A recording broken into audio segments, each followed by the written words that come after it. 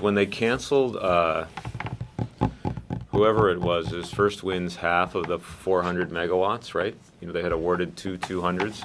That the commission said, you can't transfer that. But that triggered the release of an RFP for that same 200 megawatt But chunk. they ordered them to do it. Yeah, and Yeah. so that came out, and then as part of the process that they established, they had this bidders, required bidders conference, technical session or technical something, and so that they get everybody together and just kind of go over some aspects of the process and the system, and here's how to accomplish this. The and that. RFP went out, The RFP and the is time to respond has not expired. The bidders came in. no, and- it's very early on. They just, as part of the process, like the responses aren't due for a long time. Yeah. They could get all kinds of stuff, I mean. And then, like I say, in parallel to that, they're doing a renewable but firm renewable biofuels and Okay. digester kind of, Biofuels, MSW so- or okay, if okay, yeah. keep going.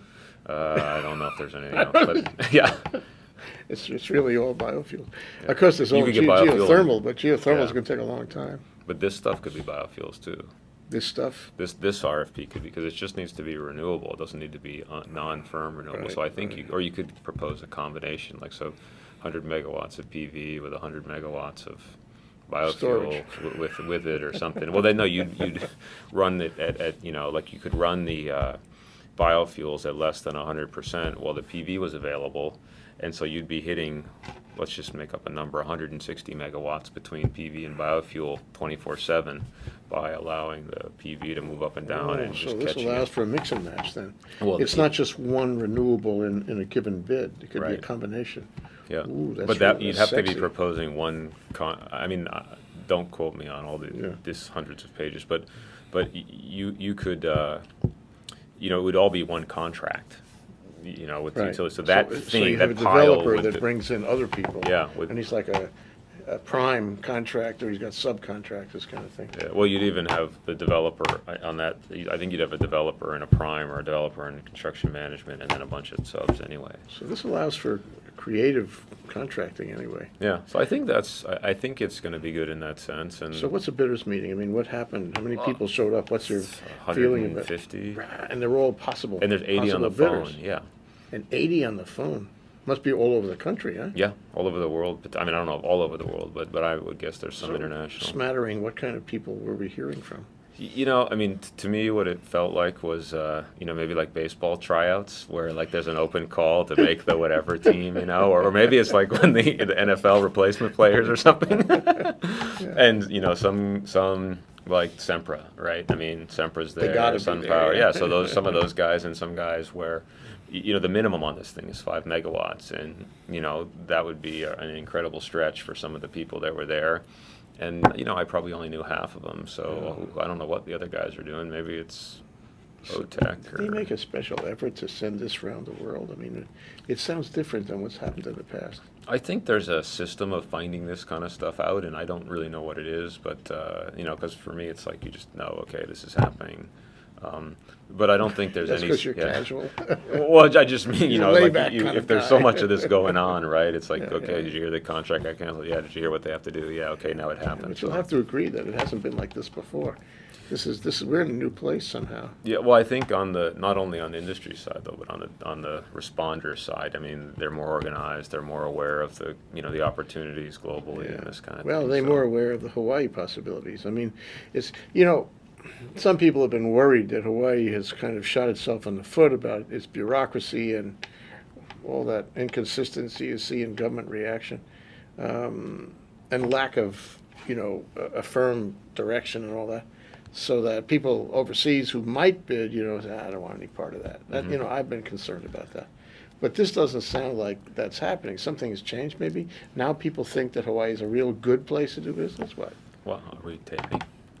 Yeah. Are we? Yeah, we're taping. Well, so Try to find an answer. Yeah. No, I mean, I don't necessarily think that everybody thinks things are smooth here now, but I think that they're getting convinced that we're really going to do something here, eventually, and at some point we're going to start, and it's just going to go. And what I think as I kind of look around the country and everything else is that.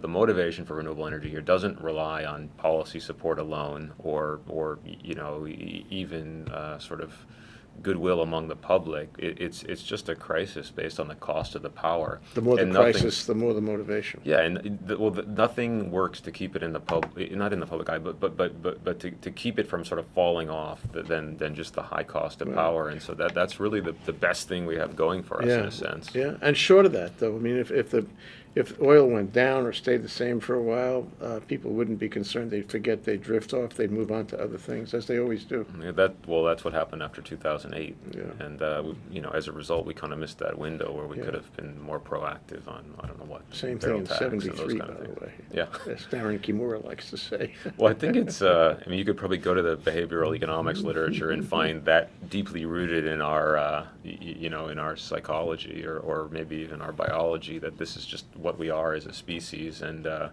we need to lock ourselves in with policy if we don't want that kind of short-term decision-making to happen, because we do it in our personal lives. It's about institutional collective memory. Yep. That we remember what we said yesterday, Yep. tomorrow. But, it's interesting. And I've been faced with this, but let me ask you, suppose some guy came to you and he was in the renewables business, and let's say he was not competitive, he was not a solar guy at all, okay? Something else, sort of clear the deck on that. And he came to you and he said, Mark, I'd like to come to Hawaii. Should I come? Should I wait? What do I do? Is it safe? You know that line out of the Marathon Man? Yeah. Is it safe? What would your answer be right now? Well, that does happen to me a lot. I mean, they tend to be solar people because, that's, how they kind of find me. And, and what I say is that there's a lot of opportunity here. There's no question about that, but it requires real commitment and staying power. And in a lot of ways, it really feels fragile. And so, if that kind of package of context appeals to you and can work for you, then it can be a great place. But it's hard to make a quick buck. The guys that try to come here with in the lightest possible way tend not to wind up with much, and you have to understand that you're doing something for the long term, and that also may mean that you don't necessarily get traction for a little while, but eventually you can get it done. So something like doing business in China, really. Potentially, yeah. Is building the guanxi. Yeah. And putting in the time and money and the people, and not being sure when or even whether. I'm reminded of one company that we worked with at HTDC. They wanted to do capital funding for government buildings, university buildings. That was their specialty, and they came here, and it was remarkable how much time and money they put into building the guanxi. And they stayed, and they had staff on the ground, and they came from meetings, and they were devoted, And what they got for their efforts of must have been 8-9 years was a lawsuit. That's what they got. Huh. They never did $1 of business in the state. So it's not clear to me that all of that careful waiting, careful planning, careful devoted guanxi building, it actually doesn't always work. Yeah, I mean, as we've discussed, I used to do a fair amount of work in China, and I mean, I don't feel like it's exactly parallel, or that guanxi really captures it. It's because in a real guanxi-based system, as long as you know somebody really, really well, then suddenly you're in. And I don't feel like that's what it's like here. It's more like you have to take the time to understand things here, to earn people's respect more broadly, not just attach yourself to an existing network. I take that point, yeah. Yeah, so, which in some ways makes it harder. I mean, it's probably, or maybe it's the right kind of hurdle, which is that you have to demonstrate to people that you're committed longer term if you really want to kind of build something successful here. But I don't know, maybe it's just the flip side of things don't happen overnight, which is the point that you're leading with, I guess. So. Well, nothing happens overnight. I remember one situation where HTDC tried to do a project, and I woke up one morning and I said, and my co-chair said the same thing, we're going to build a building. This HTDC is going to build a building. We need a building, we're going to build a building. And then we went to our primary staff person who was engaged in things political, and she said, you don't understand, boys. Yeah. Things do not happen overnight in Hawaii. In fact, they evolve, and after a while, you will have no control over it. It will have a life of its own. And I think, somehow I think that applies to the energy evolution Sure. too. It will have a life of its own. I mean, you'll be an important player. You are an important player. The Solar Energy Association is an important player, but it has a life of its own. Well, even this RFP, right? It started off as 200 mega or 400 megawatts of wind, and now it's 200 megawatts of wind and 200 or more megawatts of who knows what else. So, and when you just knock things back a couple of years in a sector that's evolving this quickly and developing this quickly, then you're going to get a different type of responses, I think. So it'll Yeah. be interesting. But a lot of these responses, I'm interested in your reaction. A lot of these responses actually, they may help shape the creature, so to speak, but they don't actually make progress. They only redefine where we're going and how we're going to get there, but they don't actually go down a step of progress. And that's because we're too busy evolving the model rather than evolving the industry. What do you think? I'm not totally following you. You mean with the RFP responses, if we get a bunch of the same kind of stuff that's Well- being proposed, only at larger scales? Well, what I mean is we're changing the model, we're changing the way we do business, we're reorganizing the way the two islands are supposed to work in Okay. terms of, but so far, not 1 megawatt. What's the smallest unit? Not one, Kilowatt, nothing. and 1 watt. Nothing, not 1 watt, nothing. Big win, not 1 watt, but we're busy, we're evolving. Yeah. I mean, to that point, the Lanai project is presented as a given in this process.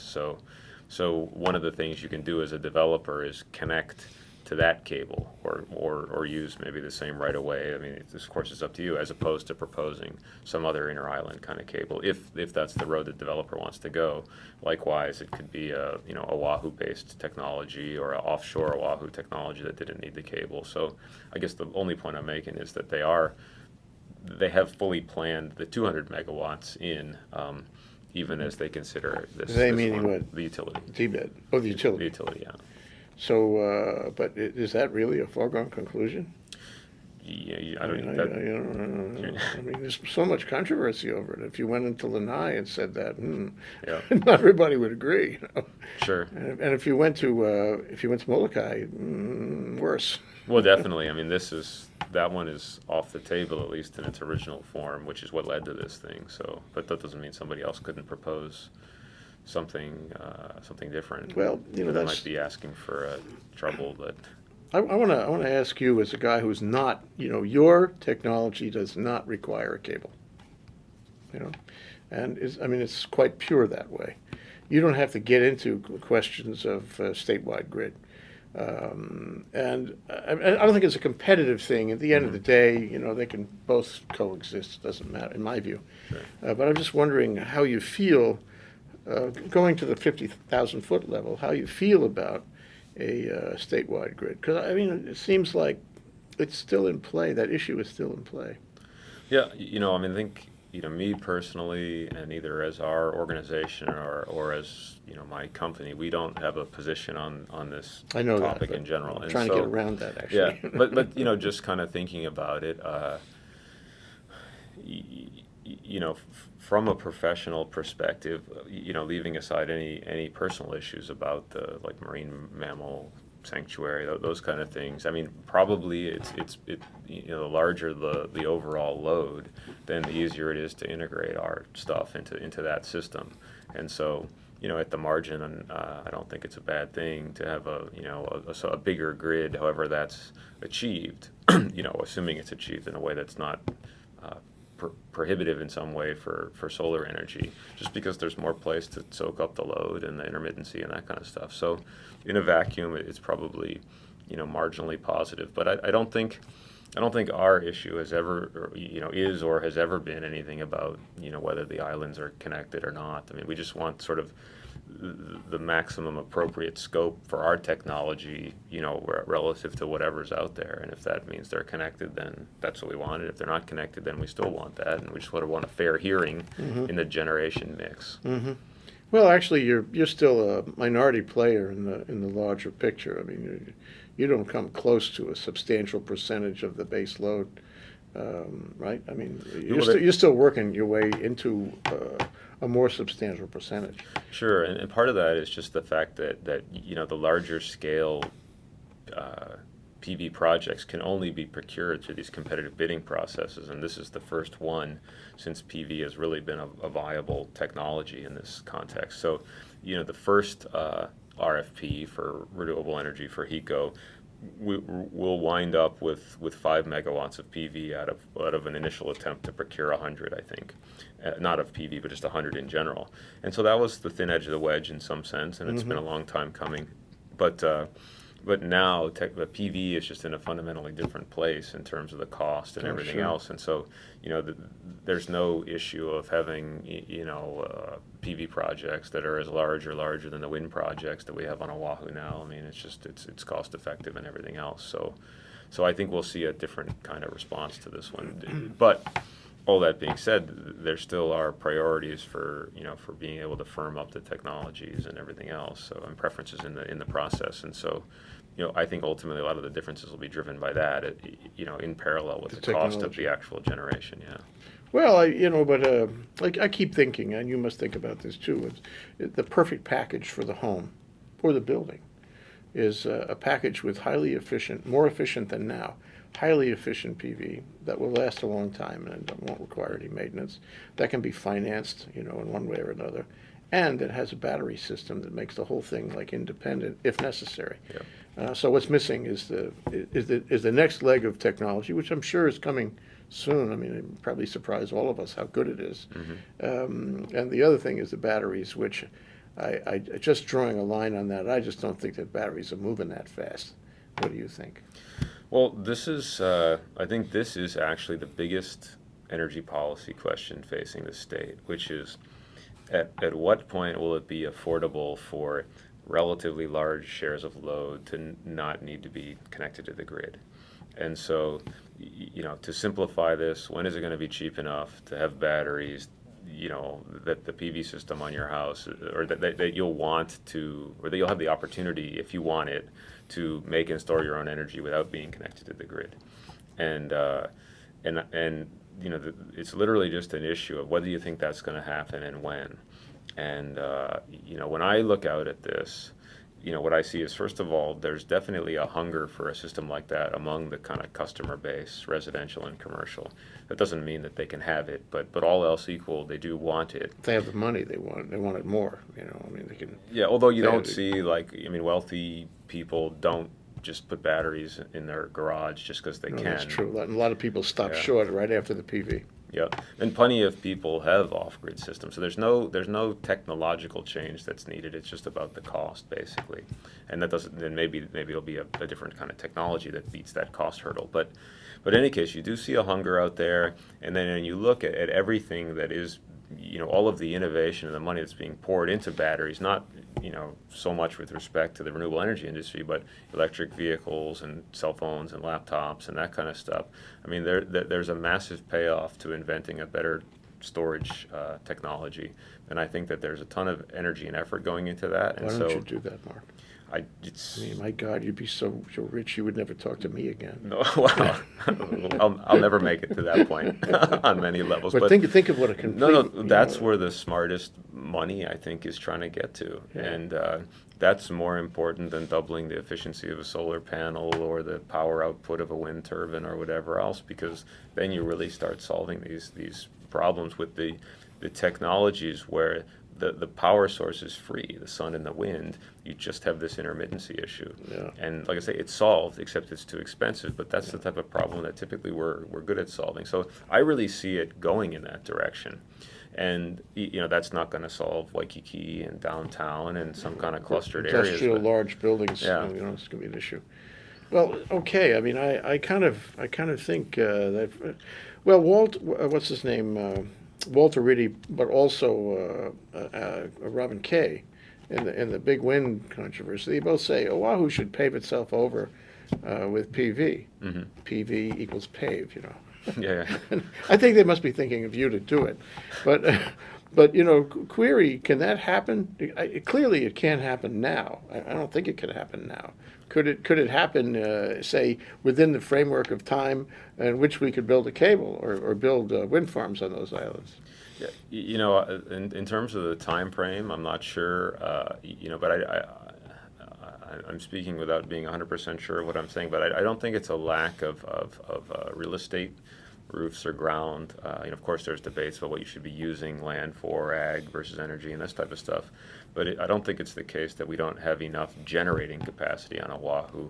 It's other issues like, do we want to use the land for this? Can the system, are we sure the system can handle this much energy in this place? What about And at can night? and then how do we handle the nighttime That's a load, huge that question. kind I of mean, stuff. it's 7 o'clock. Yep. It's. I remember I asked some kids on Lanai. Well, they said, "Oh, everything PV." Okay, I mean, everybody likes PV. Whatever you've done, everybody likes PV. But, I said, "What about at night? What about after the sun goes down?" And they said, "Ready?" They said, we go to sleep early. Yeah. Forget about television, forget about using the computer and all that at night. So I think it's a missing link. People do not understand, that it only lasts while the sun is up. That's why we need to focus on the storage. But there's something very insightful, embedded in that story, which is, what those kids are saying is we'd be willing to change our behavior, to have a different technology mix. And of course, that's the most extreme example, which only use PV and only use power during the day. I don't think anybody's proposing doing that in a serious way. But at the same time, if you could get a lot more of a technology that had a lot of benefits associated with it, if you were willing to live with a little bit lower level of reliability, that's sort of a social choice that we haven't really been asked to make, one way or the other in a long time. The system is or the utilities are regulated as though what every customer wants is access to as much power as they want all the time whenever they want it. And so if that's the case, then you make a system that has these characteristics, and one indirect effect of that is you can only tolerate certain generation mixes. And so if that initial assumption changed, which is that you'd be willing to tolerate more intermittency in your power, whether it's every once in a while, you're just not going to have any power for 2 hours at a stretch every 3 months, or whatever it is, maybe that would be okay with you, or maybe that would be okay with some people, or maybe you need to charge them less for the power they do take from the utility under those circumstances. You could work out a whole different sort of system that was based on behavioral changes and preferences and understanding preferences in a way that we just haven't spent any time kind of figuring out. And there is definitely a margin of renewableness, of ability to use intermittent renewables, which have a lot of desirable properties, if we're sort of wrong about what the tolerance of people is for less than perfect reliability in their electric power delivery.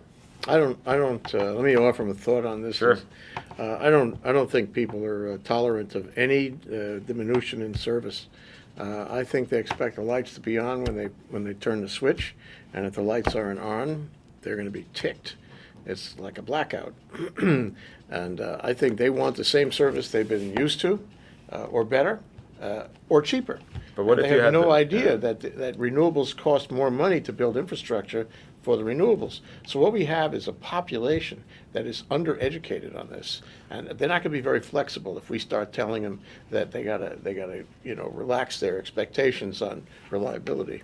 Well, what if you, hypothetically carved 6 or 8 cents per kilowatt hour off of their cost of power, and there was something that they kept in their house to mitigate against this. It's not they wouldn't have the lights on, but they have a small battery that runs the house for a couple hours if this ever happens. Like there's all these behavioral responses to changes in these fundamental variables, and I think that if we really try to envision what the future is going to look like, it's not going to be just like a tweak on where we are now and then a tweak and a tweak and a tweak. There's definitely some of that going on, but we could make some bigger steps if we were willing to dig all the way down to these kind of first principles and say, wait a minute, are we sure we understand this exactly right?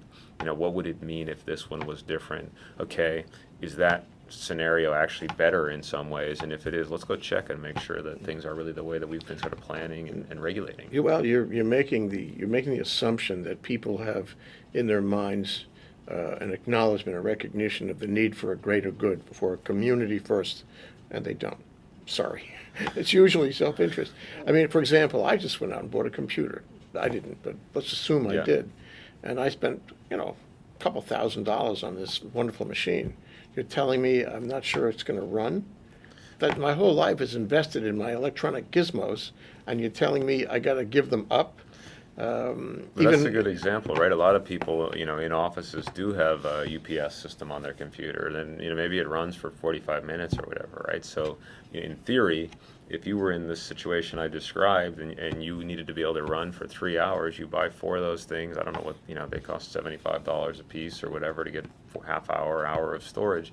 And then you're fine. You're going to ride through any kind of event that we've regulated this system to be able to produce. Anything beyond that is we're just in the world we're in now, which is every once in a while there's a huge problem, and that's part of being a utility customer. We can't fully engineer those things out. But my point is, you actually have a response to that scenario if you want it, which is we can distribute responsibility for reliability as opposed to centralizing that responsibility. And so I'm not saying that scenario is what's going to happen or that's the appropriate response necessarily to that scenario, but if you think about these kinds of things and recognize that they're unexamined assumptions that lead to us doing things the way that we do, then what you also realize is that it's a lack of imagination in terms of what really is possible more broadly. And maybe you would go through that whole exercise and come back pretty close to where we are now, but at least we'd be better informed for having sort of thought it all through. I think, it really is an issue that needs discussion.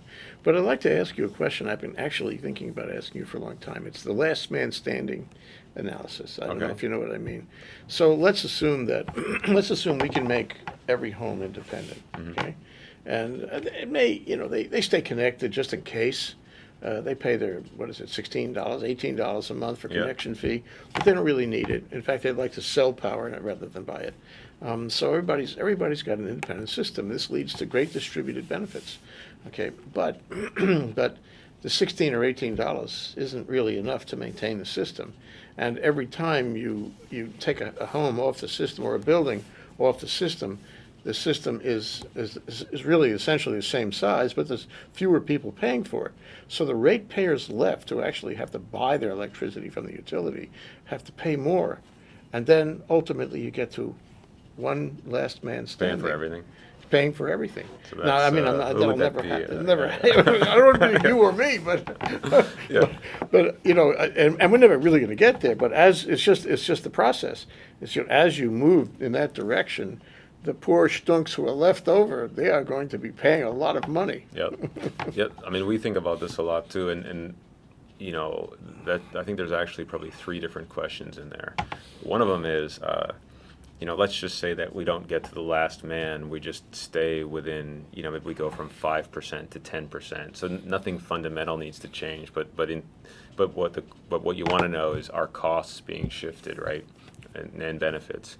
And when that's been looked at by other utilities, it tends to show that when you look at the benefits of distributed generation and pair them up with the cost, that you're maybe net slightly negative or maybe net slightly positive or right around even. It doesn't go wildly in one direction or the other. And the things that would determine whether utility A was slightly positive and utility B was slightly negative, or the generation mix and the structure of the transmission and that type of stuff. So my point is that when under sort of the status quo, only a gradual, modest change, you don't see, to the extent it's been researched or studied, you don't see a major shift because there are offsetting benefits.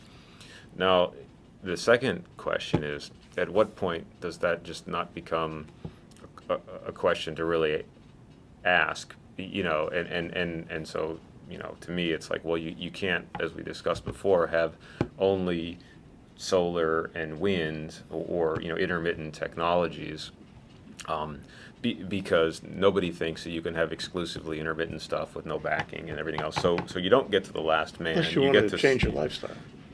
Exactly. You get to some point. But what I do think is relevant too is that it isn't that everybody is necessarily still connected.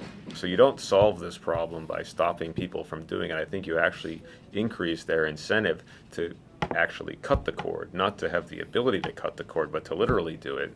Because as the cost of power goes up, then people with the resources will say, well, why don't I just buy batteries and deal with this myself and at least get off the escalator kind of thing.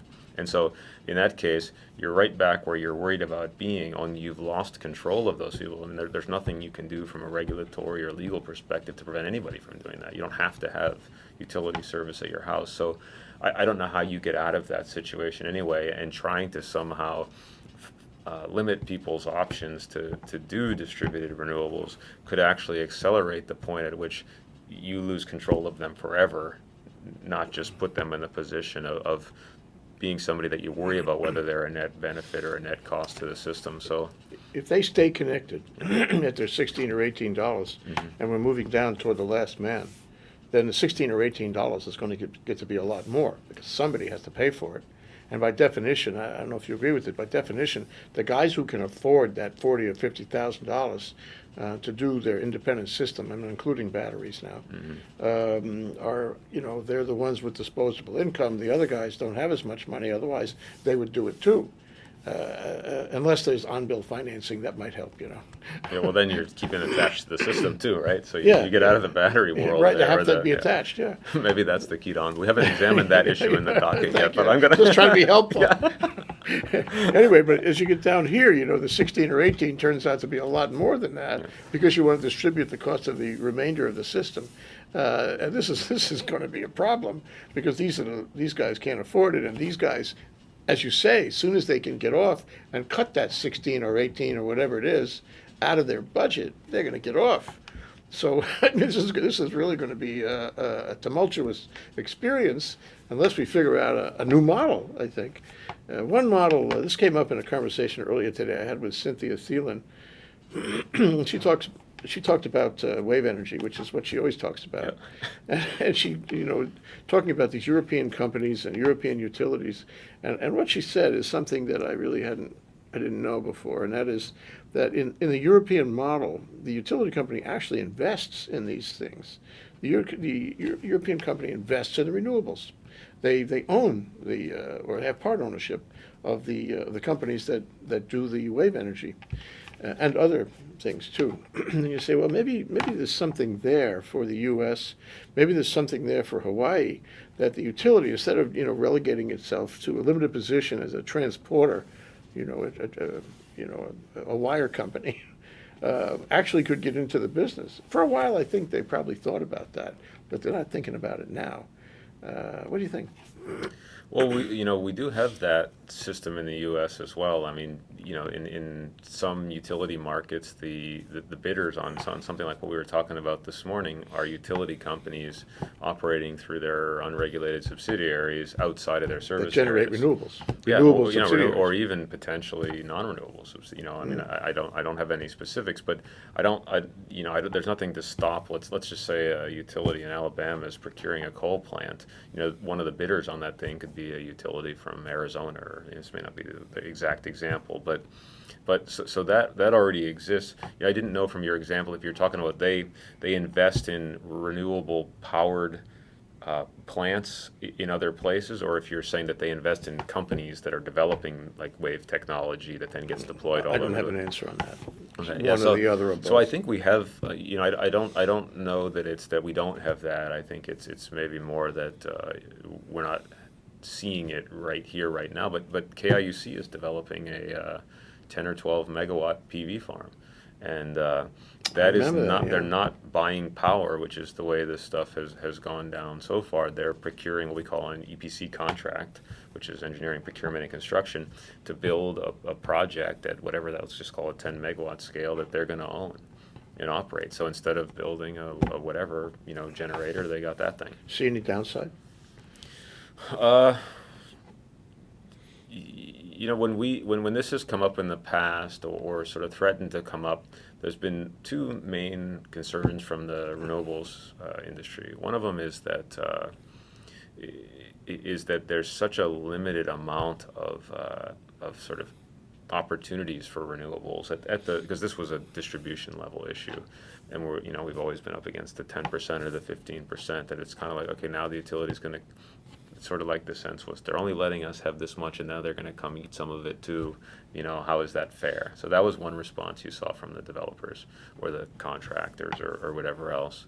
And then the other one, which I think is maybe a little bit more generalized, is you'd have to have the sense that they had a competitive advantage in developing whatever the technology was. And I don't think that, at least for our technology, that they would have been able to claim that. Just because of the kind of knowledge gap between where the industry, is and is actually operating, and all the experience and economies of scale and stuff relative to what they really knew about it. Of course, they've been closing that gap over time, and we may see proposals like that come up, and I don't know, you probably got to consider it on a case-by-case basis. So, I mean, if there's money to be made, why don't they just make it? I was there, I think it was 2008, when Linda Lingle and Ted Lieu and all the crowd rolled out their thing. The Yeah. press was in the office there, the governor's office, and there was a long agreement, the clean energy agreement, and it was God, it must have been 100 pages long. And I turned to one guy and I said, "What's in there? What's in there?"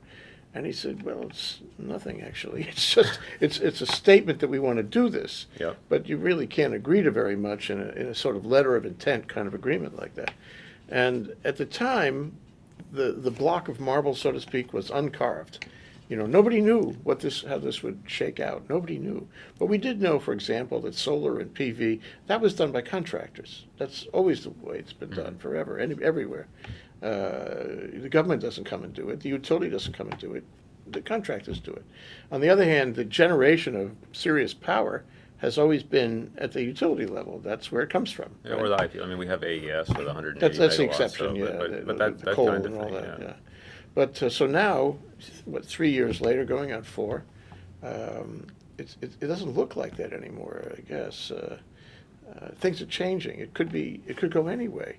The utility could get involved, maybe not get involved. Who knows what'll happen? There's all these other contractors out there Yeah. that are providing renewables. It's different, completely different than when It is, and to us, I mean, talking about initial reactions to that agreement, I mean, of course, there's a lot of positives in there, but as someone who was, it's wrong to call it the early days of the solar industry, but who was aware of where PV was, precisely at that time, and then the potential it had, we looked at that agreement and sort of said, this thing doesn't nearly accommodate what we think this industry is about to do, and even is already doing. And so, one of the things that I think I've known for having done, for better or for worse, is fought pretty hard to get PV, to make space for PV in that new world that was envisioned there. And, that was probably a good experience, is to sort of feel under threat like that and fight back. And I think with a little bit of hindsight and stuff, what's going on is that was just a specific case of what you just said, which is everything was kind of is always changing and has changed from whatever got memorialized there. And it changes in response to what gets done in the dockets and technology outside and things that nobody had any control over, like the price of PV modules getting cut in half since that thing was signed, and everything else. So, or even more than that, probably cut, by 3/4. So, so there's just been a lot of change, and it's, for the most part, been change in ways that have been favorable for the PV industry. Mm-hmm. And so I think one of the questions that's out there now is are we at the point where, or will we, at some point not too far out, reach the stage where it doesn't actually matter that much if something better gets invented, because there'll be so much momentum behind PV. It'll be so cost effective and everything else. You And never so see people complain about PV. The environmentalists don't have a beef with PV. Nobody complains. I mean, except to complain about the tax credit, which we talk about that. Yeah. But essentially, if there's one renewable, okay, that doesn't have any enemies per se, it's PV. Yeah, I think you got to specify a little bit more, which is rooftop PV is the thing that nobody opposes. You know, if you're talking about ground-mounted PV, I think one of the more recent concerns among environmentalists is like, look, the desert is an ecosystem too, and ripping it up to mount a bunch of PV is not necessarily something that they're supportive in general. It's not as bad as ripping it up, I guess, to build a coal plant, but still, if you want to go for the lowest impact, siting of energy generation, you should just site it on things that have already been impacted. Is the logic? So Yeah, well, there's something to that, but in defense of a more open system, including putting PV in the desert, the same environmentalists were the ones who were clamoring for all kinds of renewables, any kind of renewable, only 3-4 years ago. And now we got renewables everywhere, or at least growing everywhere, and those same guys are saying, nope, you can't do this, and nope, you can't do that. So everything is sort of turned around like that, Yeah. and query, is that the right way? I mean, did you read this in Kauai, going back to KIUC? Mm-hmm. There's a smart grid initiative by KIUC, which is good. But there are people there who don't like the smart grid wireless technology for all kinds of reasons, including that the wireless waves have deleterious effect on your health and really spacey arguments like that. And as a result, KIUC is giving them the right to opt out of the smart grid, which is really, on a community basis, that's going backward fast. That's like saying, you don't have to give us your medical data, even though we use, collected medical data as a way to, solve public health issues and give everyone a better life. You don't have to give us the medical data. We'll do it with a smaller subset. And it's the same thing here. You have a smart grid, but people can opt out. That's like Swiss cheese. So all I'm saying is that there's so much opposition to so many things in clean energy. You'd think that people never did buy into it. I thought they bought in 2008, but I keep wondering whether they did. I'm not sure they did yet. Yep. Yeah, I mean, it always occurs to anybody that spends time thinking about this, is that, what actually is the level of sort of political salience and public knowledge of any of these issues, and whatever that level is, how would you move it up? Because some of the stuff that you spend a lot of time, or that the energy policy community spends a lot of time working on, is stuff that, frankly, if everybody understood what was going on, I don't think there'd be much opposition. And likewise, some things where you think there'd be a ton of opposition just totally flies under the radar. And so it's sort of hard to predict, but I mean, I think that's probably the case with a lot of aspects of public policy. If everybody knew everything they needed to know about homelessness, we'd have a different homeless situation. I don't know what that would be, but I don't think that's specific to us necessarily. It's just that energy is so fundamental that maybe it's more noticeable and frustrating that we haven't, that we're not able to move more quickly, or that it does affect every single person. And so why isn't every single person educated about this, that kind of thing? God, that's the question of the week or the year. What can we do about that? I mean, Energy Policy Forum, as you know, is, with your help, is doing a lot of outreach and trying to make the public more sensitive to these issues. But I think that they only reach a certain number of people, and I think that the community at large isn't getting it yet. And the reason is the lights are on. Yeah. The reason is that they can still somehow afford the electric bill, somehow. Yeah. And there's nothing really beating them up over it, so business as usual, same old. But this is not sustainable. Yeah, no, I agree with you, and I have no idea what the solution is to the kind of snapshot problem. Like, if you take everybody now, this age distribution, demographic, whatever distribution, and you say, how do we take all these people and educate them? I just don't know. I think that the right answer is to say, if you're over 18 or 17, whatever, we're just, that gets into this separate policy making bucket, and we'll try a bunch of different stuff and see if that's even a solvable problem. But what we're going to be damn sure to do is, starting with kindergarten or whatever it is, we're going to make sure that at some point this group that's getting schooled will age into critical mass, and that at some point we'll have this marker down and things will change. And so you got to take that long-term bet, in addition to not in any way giving up on the shorter-term issue, but people all over the place are trying to solve that one, and it doesn't seem like like we can. And like I say, here we pay more for power than just about anywhere else, and still that hasn't motivated people to go get educated on energy issues. So we kind of know that it's going to be really, really, really difficult, and absent some new kind of policy intervention, educational intervention, that we're not going to have that outcome. And so I think we got to learn to live with that and do other things while we still intelligently experiment in that realm. So. Right.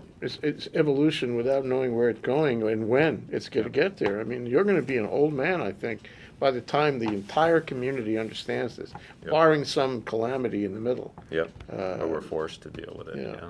I agree. Well, I wanted to go to one other thing, and that is the tax credit or anything else you think might be coming up in the session.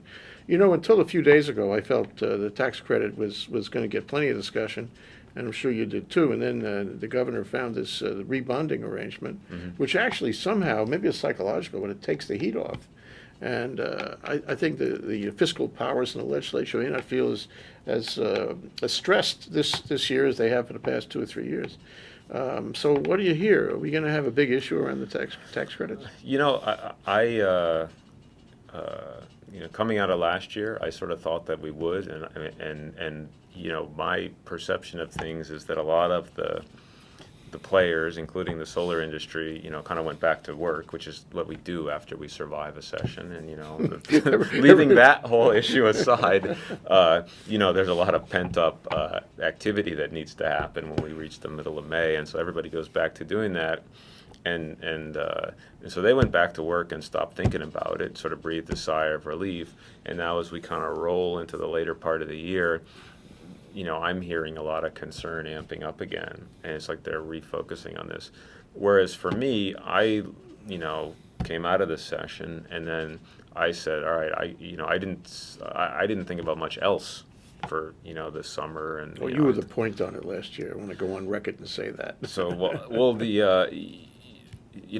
there's such a body of lore and knowledge around this thing that it's hard to get other people up to speed. But at the same time, we had new players at the legislature last year. Solar City came in, and they had a outside lobbyist, and we worked together with him, and it was everybody on the same team. So it definitely wasn't just me.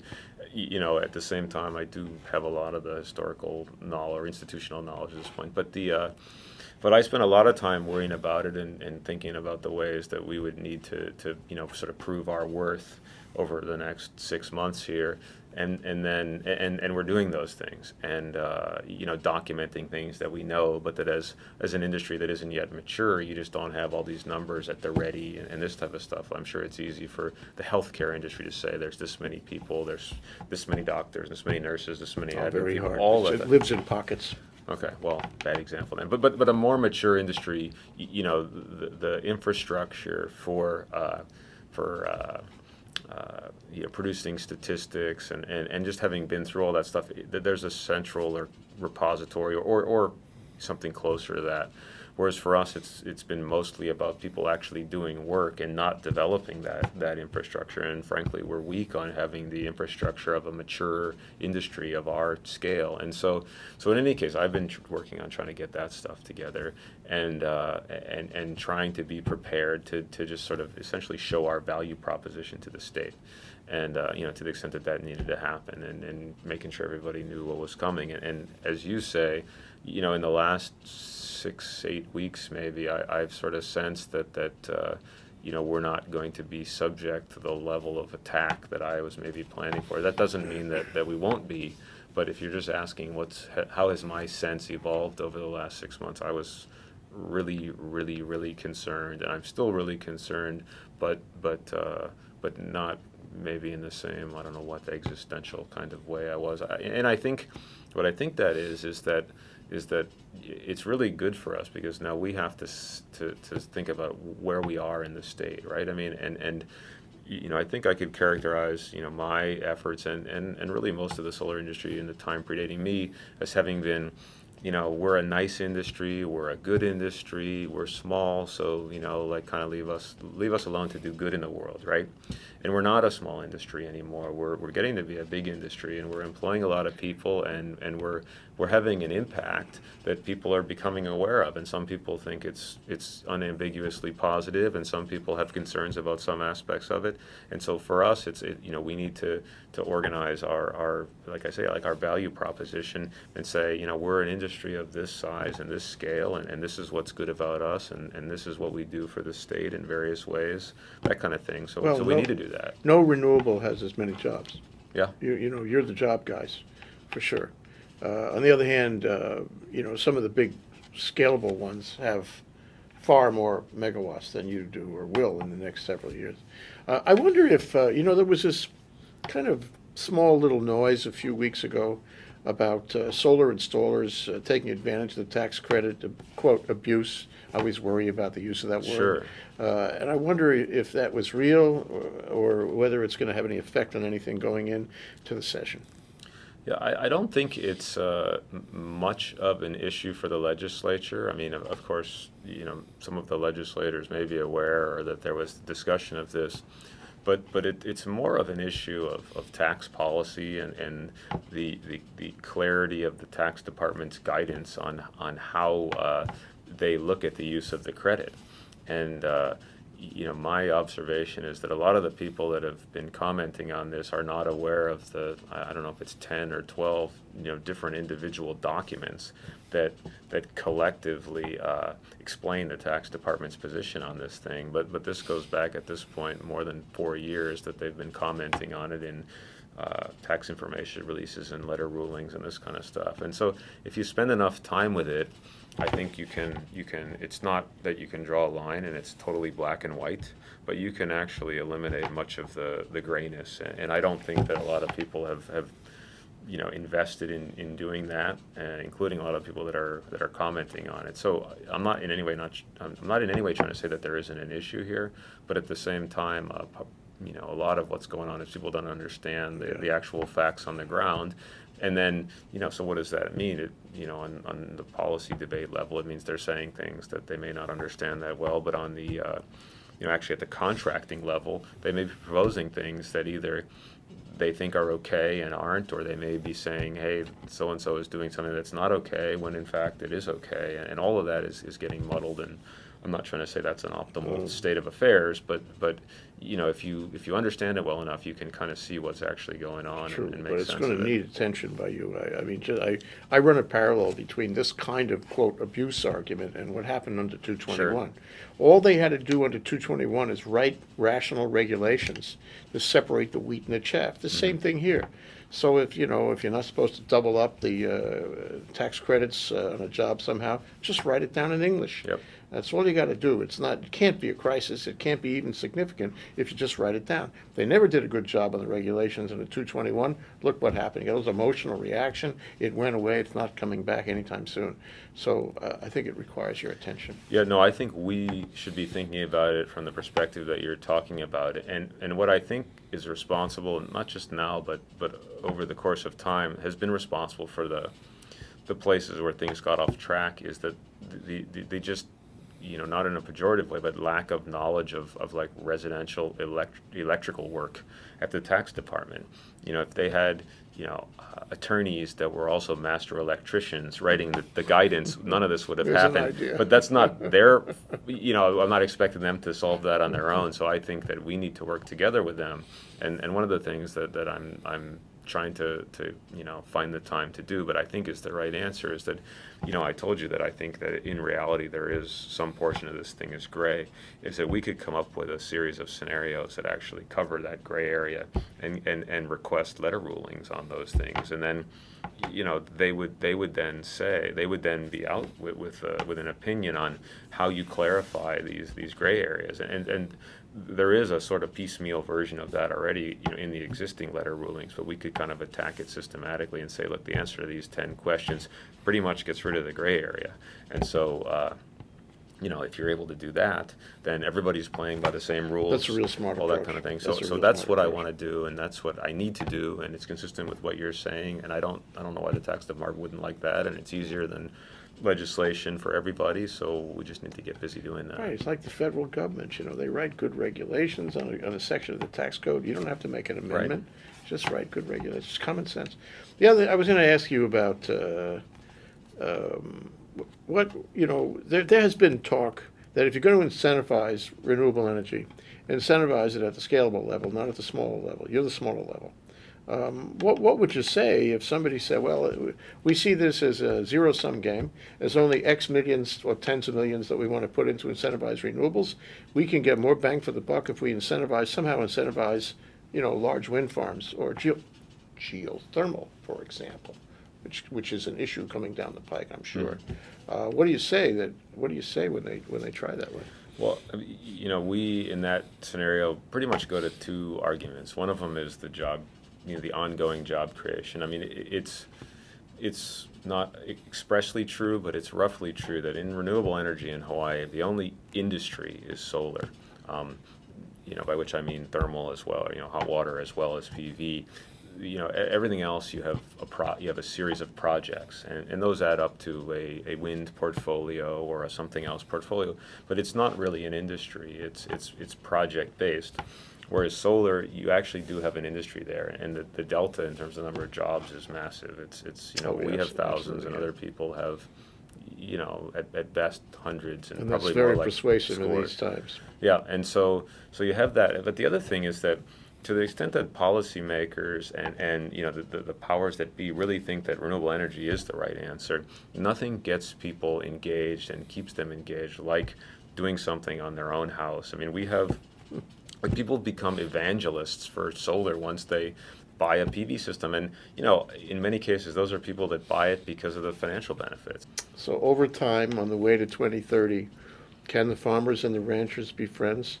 Because the PV and the idea of independence and the large utility scale, generation systems, they're going to come to a point where it's a rock and a hard place. We're not there yet, but you can see it out there. Sure. And we're going to have to invent some way to deal with that. Any ideas? Well, I think it's moving in that direction. As I mentioned, an hour and a half ago when we started talking, you can imagine somebody responding to this on these current RFPs with a combination of some firm, power source, whether it's fueled or not, along with some intermittent power source, and they're just proposing that as one plant where this pile of stuff is going to deliver power to the utility at such and such rate. I mean, you could already do that on a plant basis, and then if the utility is managing a portfolio of those kind of generators, then it's just a matter of the technology you have running the grid that will keep pushing out the margin of how much you can interconnect. So the trick is to be a farmer and a rancher at the same Exactly. time. I think that's right. Thank you, Mark. Sure, Jay. Great to talk to you. Likewise.